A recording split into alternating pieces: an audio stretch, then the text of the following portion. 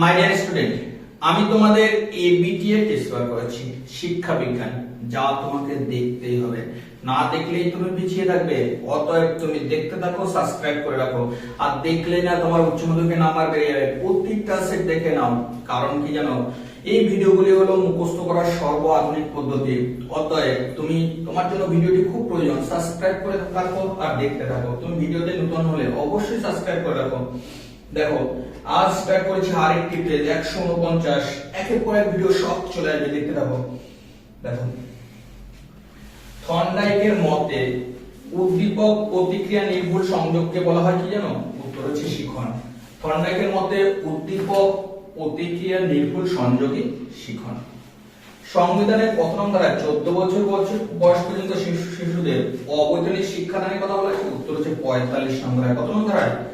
45। Very very important. বিশ্ববিদ্যালয় শিক্ষা কমিশনে বিশ্ববিদ্যালয়ের কাজের দিন হিসেবে কতদিন ধার্য করা হয়েছে জানো? বিশ্ববিদ্যালয় শিক্ষা কমিশনে বিশ্ববিদ্যালয় কতদিন খোলা থাকবে? উত্তর হচ্ছে কমপক্ষে 180 দিন। 180 দিন।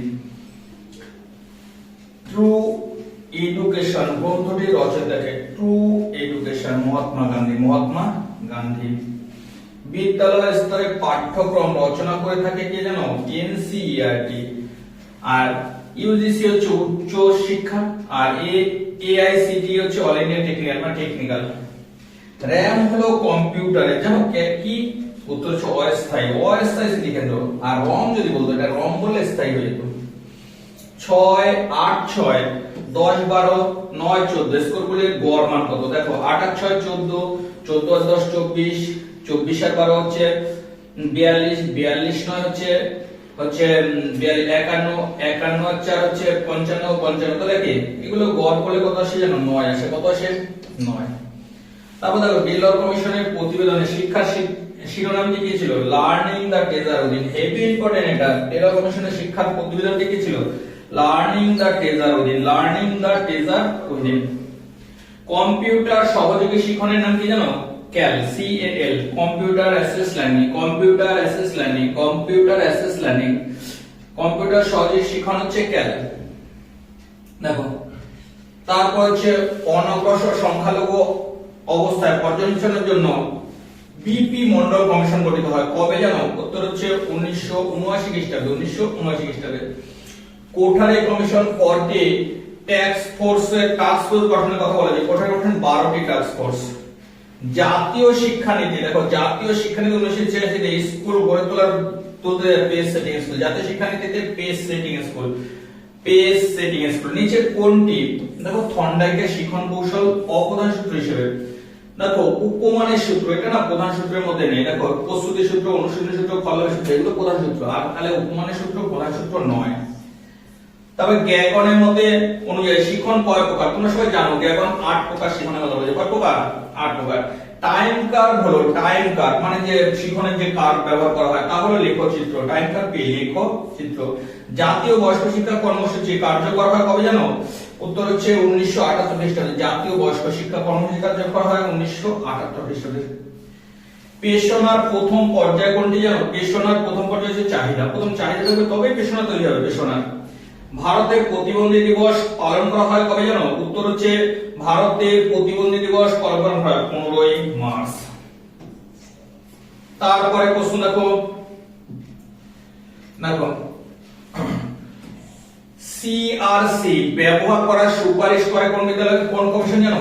মুদালিয়া কমিশন। তারপর শিখনের মূল উপাদান কয়টি জানো? 5টি। মূল উপাদান কয়টি? উত্তর হচ্ছে 5টি। তারপরে হচ্ছে নবোদয় বিদ্যালয়ে ভর্তি হয় কোন শ্রেণীতে জানো? 6ষ্ঠ শ্রেণীতে। কোন 6ষ্ঠ? আমাদের এখানে অষ্টমঘরে রয়েছে। নবোদয় বিদ্যালয়ে 6ষ্ঠ শ্রেণীতে। বুদ্ধির দ্বিতত্ব উপাদান তত্ত্বটি প্রকাশিত হয় কবে জানো? 1904 খ্রিস্টাব্দে। কবে? 1904 খ্রিস্টাব্দে দ্বিতত্ব। তারপর দেখো, শিক্ষার প্রযুক্তি হলো এম ড্যাশ মধ্যে 5টি এম। শিক্ষার প্রযুক্তির কটি এম আছে? উত্তরে 5টি এম। মুখ বা বধিরদের শিশুদের পাঠ্যক্রমের অন্তর্গত একটি বিষয় কি জানো? হস্তশিল্প। এবার চলে আসি এসএকিউতে। দেখো, পরিণমন একটি বৈশিষ্ট্য, পরিণমন একটি স্বাভাবিক বিকাশ প্রক্রিয়া। পরিণমন কেমন প্রক্রিয়া? স্বাভাবিক বিকাশ প্রক্রিয়া। ত্রিভাষা সূত্র, তিনটি ভাষা কি কি? মাতৃভাষা, ইংরেজি, রাষ্ট্রীয় ভাষা। ভারতীয় শিক্ষা কমিশন কবে গঠিত হয়? উত্তর হচ্ছে 1964 খ্রিস্টাব্দে। 1964 ভারতীয় শিক্ষা কমিশন কবে? উত্তর হচ্ছে 1964 খ্রিস্টাব্দে। মেন্টাল ম্যাপ কাদের জন্য ব্যবহার করা হয়? উত্তর হচ্ছে মেন্টাল ম্যাপ জানো তো না, এরপরে ইন্টারনেট ই লার্নিং হচ্ছে ইন্টারনেটের মাধ্যমে শিক্ষা। ই লার্নিং কি? ইন্টারনেটের মাধ্যমে শিক্ষা। এসএসএ হচ্ছে সর্বশিক্ষা অভিযান, উদ্দেশ্য গঠিত হয়েছিল উত্তর 6 থেকে 14 বছরের শিশুর বাধ্যতামূলক শিক্ষার উদ্দেশ্যে তৈরি হয়েছিল। মেন্টাল ম্যাপ কাদের জন্য? জানো, অন্ধদের জন্য। মেন্টাল ম্যাপ কাদের জন্য? অন্ধ। তারপর হচ্ছে গ্লুকোমা কি? গ্লুকোমা হচ্ছে চোখের একটি রোগ, চোখের দৃষ্টিশক্তি কম যুক্ত একটি রোগ হচ্ছে গ্লুকোমা। চোখের রোগ হলে একটা রোগ আছে যার নাম হচ্ছে গ্লুকোমা। দেখো, মানসিক ক্ষমতা জি এবং এস উপাদানের মূল পার্থক্যটি লেখো। জি জন্মগত, এস অর্জিত। জি ক্ষমতা হচ্ছে জন্মগত ক্ষমতা, এস হচ্ছে অর্জিত ক্ষমতা। দেখো, তারপরে অন্ধত্বের একটি কারণ লেখো। উত্তর হচ্ছে চোখে আঘাত লাগা। চোখ আঘাত লাগলে কি হয়? অন্ধ হয়ে যেতে পারে। বেল পদ্ধতির প্রবক্তাকে? উত্তর হচ্ছে লুইস ব্রেইল। বেল পদ্ধতির প্রবক্তাকে? উত্তর হচ্ছে লুইস ব্রেইল। কর্মদক্ষতা অর্জনের দুটি উদ্দেশ্য লেখো। উত্তর হচ্ছে রুজি রোজগার, দক্ষতা বৃদ্ধি, কর্মদক্ষতা বাড়ানো যায়। ট্রেডার সমীকরণটি লেখো। দেখো, R A P into R B Q minus R A Q into R B P এই পিপি সমান সমান কত? 0। এটাই হচ্ছে ট্রেডার সমীকরণ। সহগতিকাঙ্ক কি? দেখো, যে সংখ্যা মানের দ্বারা দুটি পারস্পরিক সম্বন্ধযুক্ত রাশি পূরণ করা যায়, এই সংখ্যা মানের দ্বারা দুটি পরস্পর রাশি পূরণ করা যায় তাকে বলা হয় কি? সহগতিকাঙ্ক। ডিটিপি প্রমাণ নাম কি? Desktop publishing. আমরা কম্পিউটার যেটা করি ডিটিপি করি, ওটা হচ্ছে ডেস্কটপ পাবলিশিং। আইআইটি সম্পূর্ণ নাম Indian institute of technology. IIT সম্পূর্ণ নাম তোমরা জানো, ইন্ডিয়ান ইনস্টিটিউট অফ টেকনোলজি। আর এটা যদি আইআইটি না হয় আইটিআই হতো, তাহলে ইন্ডিয়ান ইনস্টিটিউট অফ টেকনোলজির জায়গায় ইন্ডাস্ট্রিয়াল ট্রেনিং ইনস্টিটিউট হতো। IIT Indian institute of technology, আর আইটিআই হচ্ছে ইন্ডাস্ট্রিয়াল ট্রেনিং ইনস্টিটিউট। দেখো, মনোবিদ হল দুই প্রকার বুদ্ধি কি কি? উত্তর হচ্ছে এ জন্মগত, বি বিকারগত বুদ্ধি। তাহলে দুই রকমের বুদ্ধি বলেছে, এ বুদ্ধি, বি বুদ্ধি। এ বুদ্ধি হচ্ছে জন্মগত বুদ্ধি, বি বুদ্ধি হচ্ছে বিকারগত বুদ্ধি। স্তম্ভ লেখচিত্রে হিস্টোগ্রাম কি? দেখো, অনুভূমিক সরলরেখার উপর অঙ্কিত পাশাপাশি কতগুলি আয়তক্ষেত্র। তাহলে অনুভূমিক সরলরেখার উপর কোনো আয়তক্ষেত্র থাকবে, তা দিয়ে যদি প্রকাশ করা যায় তাকে বলা হয় দেখো স্তম্ভ লেখচিত্র। 40-44 এর সীমানা নির্ণয় করো। 40-44 এর হচ্ছে 40 এর থেকে 0.5 বাদ দিলে 39.5, আর এটা থেকে 0.5 বেড়ে যাবে মানে 44.5। এটা হচ্ছে সীমা।